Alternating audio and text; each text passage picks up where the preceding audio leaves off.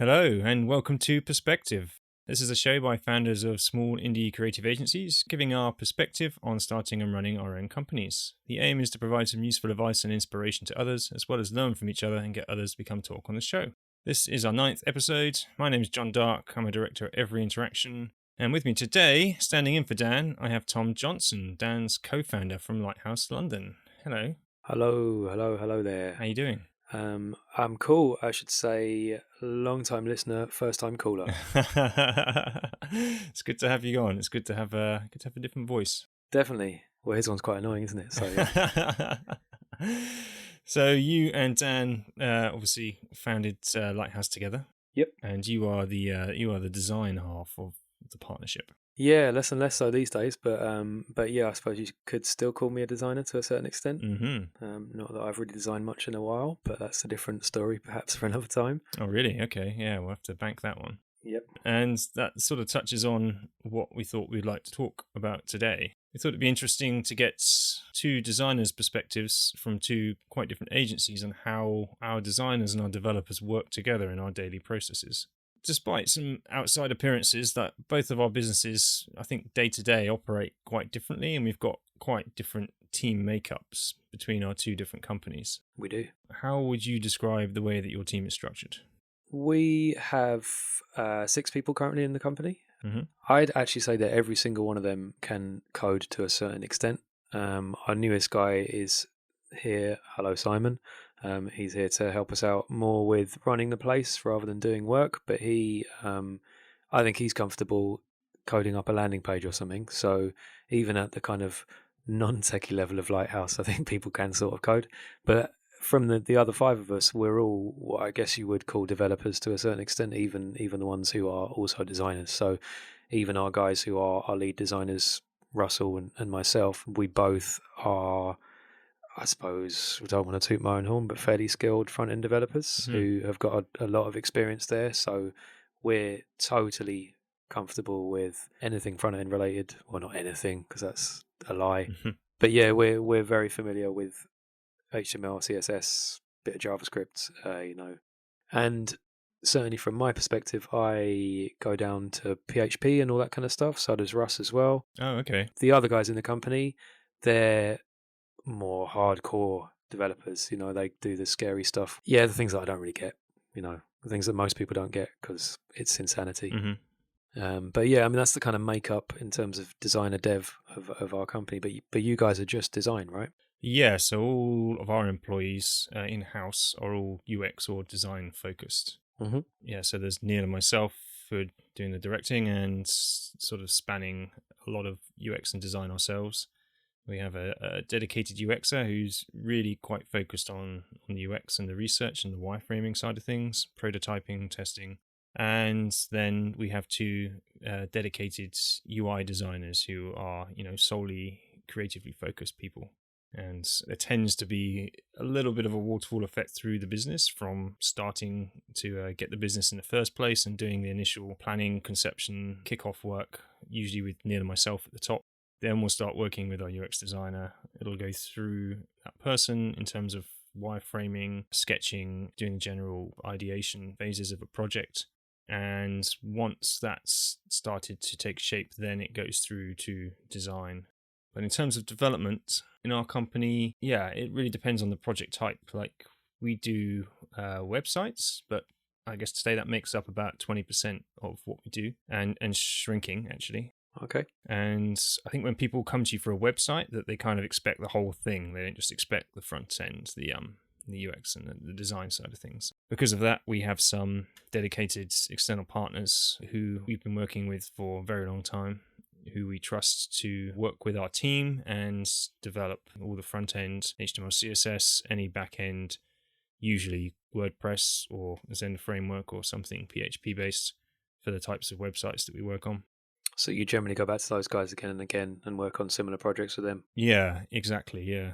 But that's only on the website side of things. Yeah. The rest of our business, the vast majority of the work we do, we're working with mostly product companies. For the most part, they have their development pretty well sorted out already. They come to us because they're missing this particular specialism of UX and design, and they want us to slot into their team to an effect and work with their product owners and with their developers.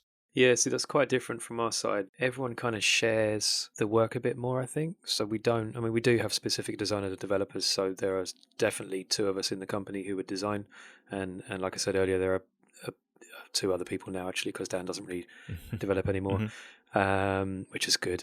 But we then often hand off the hardcore dev to them. But along the way, from kind of interesting saying that you have a sort of pattern through a project as well, I think a lot of us, well, we actually kind of encourage everyone to share the early work as well. So we're always trying to get people more involved in the kind of early, like that ideation, the sketching, especially the wireframing, that kind of stuff. We try and get everyone involved with that as much as possible, so that even someone who's a developer is still having these kind of creative thoughts early on, and can kind of contribute to a project before they then just get brought in right at the end as a developer, which I think doesn't really help stuff. And maybe we're lucky that we've managed to find people who are fairly creative people but are also developers, which seems to be said to be a rarity, but I've never quite found it that way. I've always found people that I know that are really good at dev do actually have a fair bit of creativity to them as well. Unicorns, as we call them. Yeah, but maybe they're not quite unicorns. They're not, they're pretty good. Horses with horns. Exactly, yeah. It's loosely, it looks good from a distance, but when you get close, there's a couple of cracks there. Nice. How during a typical project that would involve design and development does the project sort of flow from one team member to the next if it involves both a creative aspect and quite a heavy duty back end element? Yeah, I suppose. I mean, like you, we've got different types of projects that we do. So it's rare that we do a job that doesn't have dev. So there'll always be a developer involved in that. And it's rare that we do a job that doesn't have design. So we'll always be doing an element of that with both. And that, like I said earlier, it's getting everyone involved from the start. So we want to get people in the meetings early on to hear what's going on, even if they're only going to be involved later on down the line. But traditionally or typically, it would be Dan or I starting off the thing. Dan would sell the project, essentially. It would come through to one of us and we'd be doing kickoff meetings, but we'd pull in the key designer or key developer at that stage, because certainly if there are a lot of very important design or dev decisions to be made down the line, we need to have that person's buy-in very early on to make sure we're not making mistakes, especially because these days it's probably not us going to do that work. And then we just kind of divvy the work up based on who needs to be doing that section, but it would usually be down to a designer doing the wireframing and making stuff look nice, and then chatting to a developer in-house and telling them what to do. Okay, yeah. I guess it's not too different to what we do, really. I don't think it is. We just have an extra level of communication between us and the developers. When it's a website, we tend to naturally fall more into a sort of waterfall process. We're controlling the client relationship.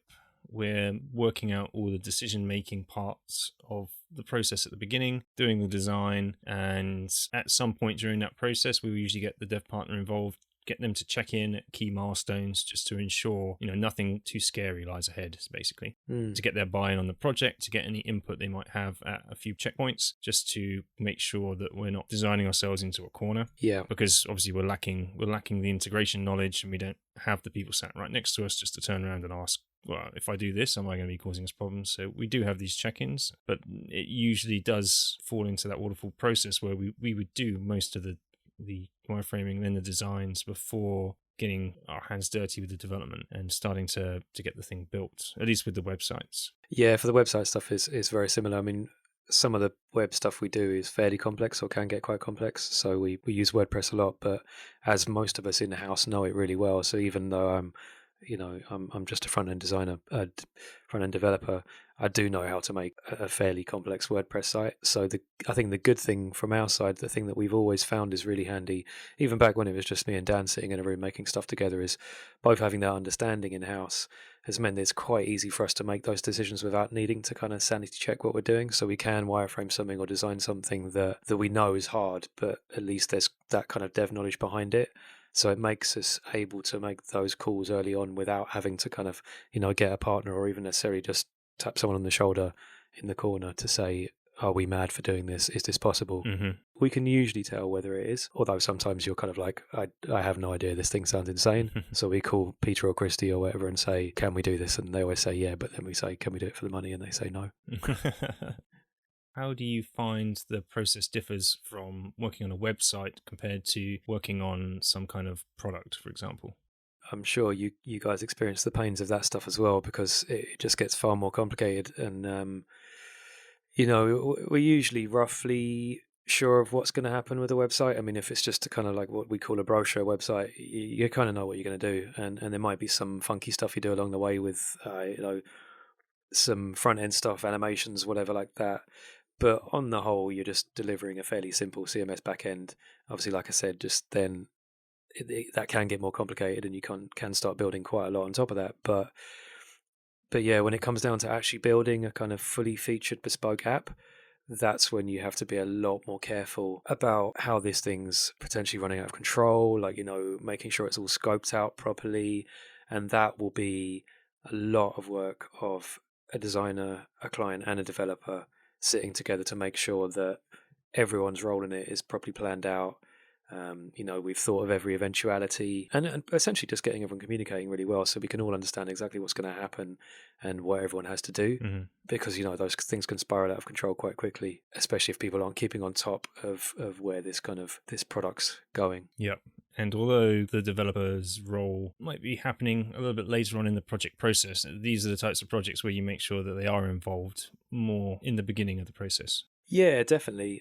I think we often try and get the developer on those projects to wireframe it. Mm-hmm. Okay. Because when we're building a product, so we're doing loads and loads more of this stuff recently. So we started out making websites, and now we're trying to move more to do these kind of big product builds because they're fun, and you can charge loads of money for them. I didn't say that. But yeah, the wireframe in those things will form a functional spec, and I suppose it's got elements of design in there. But I think that's a really good way to get the developer involved early, to start kind of like getting this big project in their head so they can start thinking about all these things that might pop up. Yep. The longer they're thinking about that, I think the less likely you are to have nasty surprises down the line. And obviously also that's great for a client perspective as well, because you're getting the developer and the client working early. They're communicating, they're talking about all this stuff, and the client seeing this functional wireframe will obviously, well, doesn't always happen, but they won't come back with a load of stuff that hasn't been thought of later and suddenly surprise you. Mm-hmm. Having the developer involved at that stage is hugely advantageous to us. Yep, makes sense. It is pretty similar to us, to be honest. I think on those product projects, like I say, the client already has the development sorted. What we, especially recently, what we've started doing more of is insisting that the development partner is more involved than they might otherwise have been from the beginning. If the way that the project is going, it doesn't seem like we're going to get to speak to them, or that they're just being kept out of the loop. In our experience, if that happens, then the project can quite quickly spiral out of control. Yeah, that doesn't sound good at all. So you've sometimes been not allowed to contact the developers at all. There have been occasions where we've met people who keep the developers at arm's length. Either they're quite remote, or they're waiting to pay to use their time in a concentrated burst after we've done our bit in more of a traditional waterfall-like model. If that's the case, it's starting to become a bit of a warning sign for us. We're going to try and insist on a closer relationship with that developer. Yeah, that sounds key to me. I think I'd never want to work on a project where people weren't talking to each other like that. I can see absolute disasters happening if that were the way it went. Yeah. I'm sure you've had a few, right? Well, what we find, it's not a disaster, I'd say, but it just issues. Well, you often find it often just doesn't launch, or it launches and flops. Got it. It's about creating a successful product, a successful project, and something you'll be proud to put in as a case study in your portfolio. Yeah, I'm a firm believer that if it doesn't turn into a good case study, then what on earth is the point in doing the work in the first place? Yeah. Well, that has happened with us before. We've built some fairly large things that we were fully behind. I mean, this is luckily long in the past now, and more down to our naivety than bad designer development relationship. But yeah, there's nothing worse than putting out something that you've spent a long time on and it just does nothing at all. Yeah, absolutely.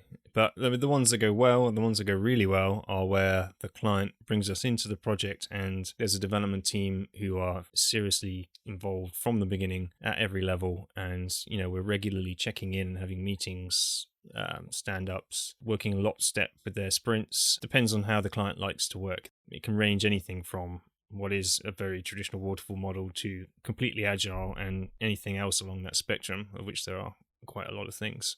And if it's towards the waterfall ends, then that's when we just need to make sure that the developers are still involved, even if they're not working at the same time as us on the same things. Yeah, I think we've always struggled to fully sell the agile thing to people. I think we'd love to do it. We've probably just done what everyone says all the time. and we're definitely changing now because we've done that too much in the past, and we're becoming much better about pushing things into sprints and working in a sensible manner from both sides, really, and not just trying to do everything. But yeah, we've always struggled to sell agile. Maybe we're not. I don't know why. I think the client themselves has to be fully bought into the idea. You tend to find that the clients we've worked with who do it successfully, they've usually done it in the past before and seen the benefits. And I don't know what it was that got them to go through that the first time that convinced them that this is worth doing. Or they go to a development company who specialize in that. So we have some dev partners who that's part of their USP is that they only work in this methodology. It works really well and you can get pretty incredible results in relatively short timelines. Yeah. As a designer working alongside that process, it's also very interesting. You have to completely change the way you go about doing your work. You've got to really lock into the whole sprint-based methodology to make sure that you're delivering the things that the team needs to work on for the things that are in the sprint ahead. And you've got to be a little bit ahead of them, but at the same time working alongside them. Okay, interesting. It does kind of work pretty well. I'd say it's great for products who are doing MVPs and trying to get something out the door quickly. But if you're looking to do something exceptionally polished and really high-end, I tend to find it's a little bit harder to achieve those results. I can totally understand that, yeah. I definitely think we've struggled to sell that idea to clients, and interesting that you say that the ones who've done it before are more up for it because it makes total sense, and I think once you have experienced it, then you see the benefits. But yeah, maybe we've just not come across those people or been tough enough to force them into doing it. Yeah, cool. Getting back to the design developer thing, Mm-hmm. with the way your team's structured, how, once things are built, do you manage your sort of QA process? Oh, you're going to reveal us now. Not very well. We don't really have one. Okay, that's fair enough. I think QA is something that we know we need improvement on. I mean, it's simple, really. We push features live. We're all working on stuff. When we're doing stuff, we're kind of testing it as we're doing it, which kind of works. And kind of going from the fact that we're all developers to a certain extent means that we kind of know what we're looking for. So we've been building the feature. We can push it out there, and I kind of know roughly enough what I'd need to test, having worked on what I've worked on in that day or that week or whatever. But yeah, I guess we don't really have like a strict process on doing that kind of stuff. And I know at the moment we're working ways to either have kind of QA partners, people who test the stuff for us, or build a process internally that means that our QA is a bit better. Because I definitely feel like at points that lets us down sometimes on some of the things that you push out, and you're like, oh well, that really shouldn't have had that little bug in it. Nothing massive, but yeah. But I know you guys do that extensively, right? Yeah, well, I think it's a necessity for us with not having the dev in-house. It's really important for us to make sure that we keep communication high around the details to make sure that the things aren't missed. I guess it comes down to the types of projects that we work on, and one of our USPs is that we do try to put a very high level of polish on the things that we produce. And in order to maintain that, we've got to make sure that we've got a reasonably rigorous QA process that we go through and functionally tests everything, and from the design as well, like make sure that the person who did all the designs and has been working with the developers goes through and tests absolutely everything within an inch of its life from a design perspective, and make sure everything works as they had intended at every snap point or every every possible width and in every browser. Wow. It can take a little while. It definitely a process that is time consuming, but it's the best way we've found to deliver the quality of results that we like to deliver. With the team being external, we sort of manage that through a couple of different tools. We'll use Slack for general sort of back and forth communication. We use Skype for talking.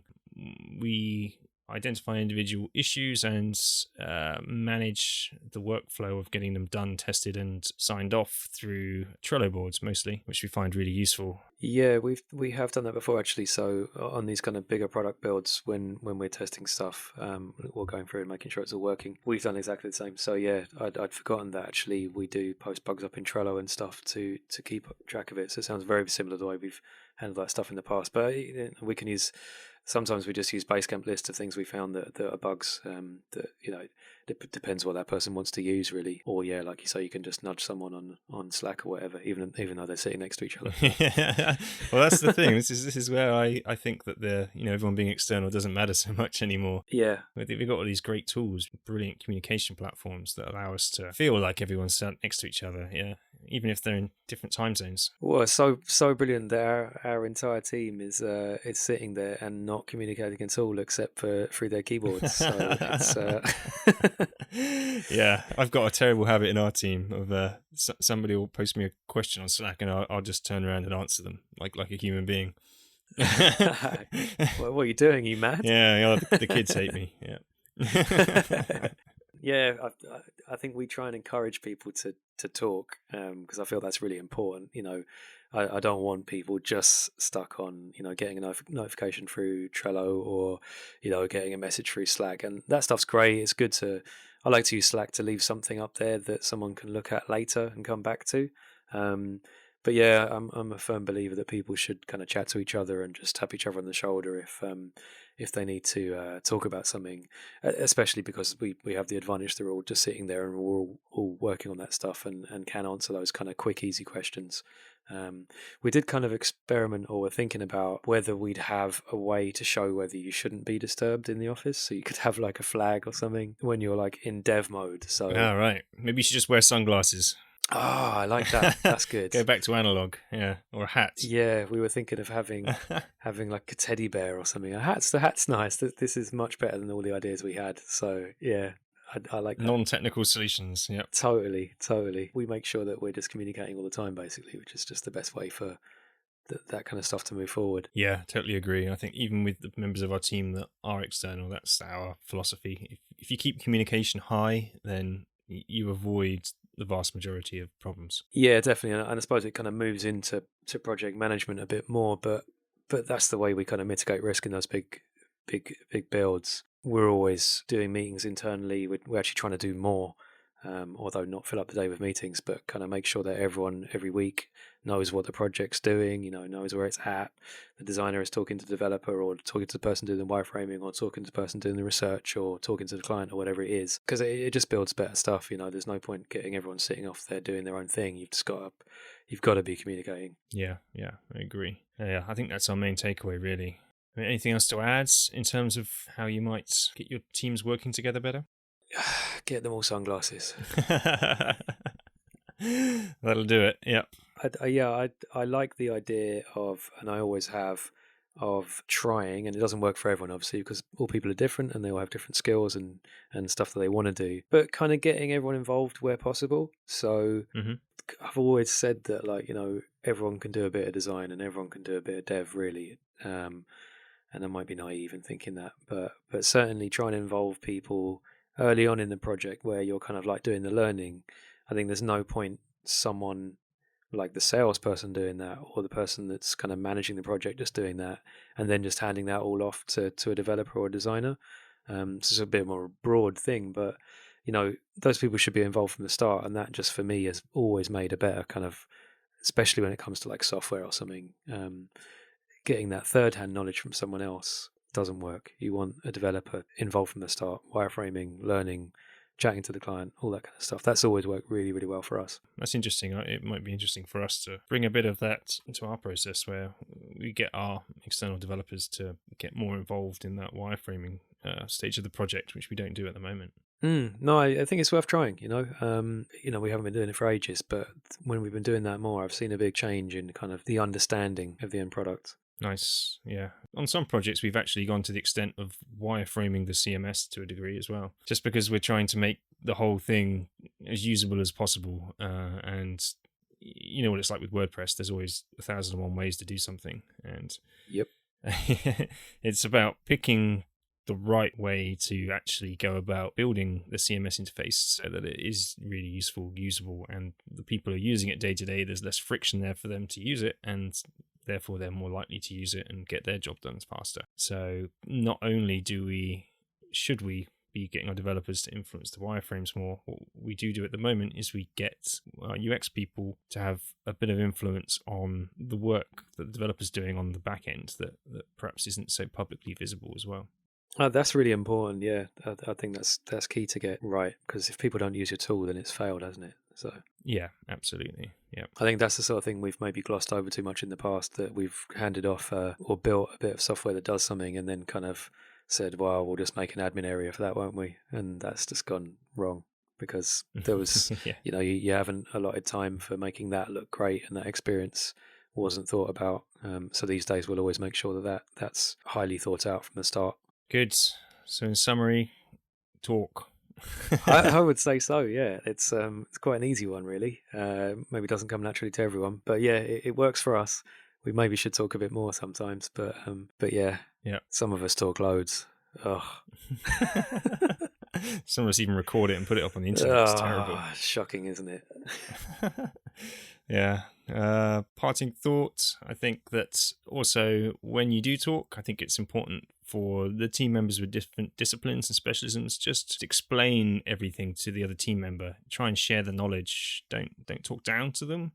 Don't talk to them as if they don't know what they're talking about, but talk to them in a way that helps share some project knowledge and helps that people learn something from the experience at the same time. And in doing so, next time they come across a similar type of problem when they're working with you, everything's just going to go a bit smoother. Absolutely. 100% agree. We're always doing that. I'm always getting explained stuff that I don't really know what it means, but then next time it comes up, at least I've got that tiny bit of information that I got last time, and I can make a better call. Yeah, that's what's great about this job, right? There's a never-ending limit to how much you can learn. Oh my God, there's so much to learn all the time. But, yeah, it's good, I guess. I feel my brain's getting filled up every day. But I'm losing useless information out the other end, I suppose. But, yeah, no, I can't complain. It's amazing. Good stuff. Nice. Well, I think that about wraps it up for this week. Thanks for listening, everybody. And you can find everything about this show at perspective.fm online. You'll find our show notes there, links to rate us on iTunes. Please go and do that. That helps us a lot. You can also send us any comments, questions, or feedback through that website. We're on Twitter at _perspectivefm. I've been John Dark, at DarkJohn on Twitter, from Every Interaction at Every Interact. And Tom, where can people find you? Well, you can find Lighthouse stuff at wearelighthouse.com. There's blogs and things there. There's also another podcast to go and listen to. It's very good. Everyone go and listen to it. Nice, like it. You can find us on Twitter at wearelighthouse. If you really want to, I don't use it that much. You can follow me on Twitter at Mr. Haste, MRHASTE, but you won't get much. That sounds like a story from another time. Yeah, that actually is, yeah. We can discuss that another time. But I kind of just talk about heavy metal and, I don't know, colours and stuff on there. Not a lot. It's just quite boring. That's a good combination. Don't follow me. That's the takeaway I take from here. Good stuff. All right. Well, thanks very much. And hopefully have you back on sometime soon. Nice one. Thank you. Thanks, everyone. See ya.